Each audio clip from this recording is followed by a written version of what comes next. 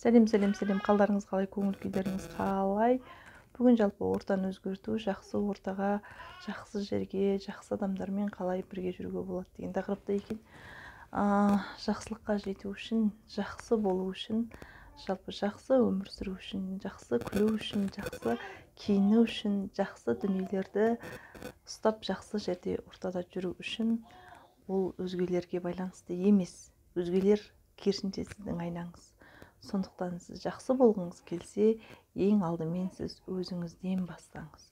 Өзіңіз жақсы болыңыз, жақсы ойланып бастаңыз, жақсы ойлаңыз, жақсы дүниелерді керектеніп бастаңыз, жақсы жаққа қарай өзіңізді өзгертіңіз. Сол кезде ол сіздің энергетикалық тұрғыда жан-жағыңыз жақсы адамдарға толып, жақсы дүниелерге толып кетеді. Жалпы алтынның жанында қара темір тұрмайтыны сияқты. Батпақ судың жанында мұхиттың ақпайтыны сияқты. Сондықтан ол жақсылық дегенде өзіне тартады. Сондықтан жақсы болыңыз. Сіз жақсы болғанда жақсылар жаныңыздан әрқашан табылатын болады. Оны өзгеден күтпеңіз. Өзіңізден, өз ішкі әлеміңізден, ішкі руханияңыздан, өзіңізге деген ниетіңізден бастаңыз. Сіз жақсы болып бастаған кезде жамандар жаман болып қалуы мүмкін емес. Сынақтан басқаның бәрі жұғады.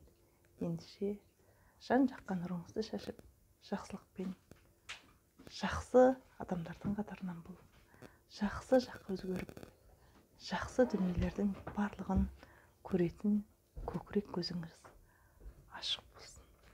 Бұл әлемде жақсылық деген өте көп.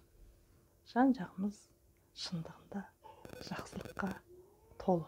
Біз бірақ соның бәрін көре бермейміз, сезе бермейміз, біле бермейміз.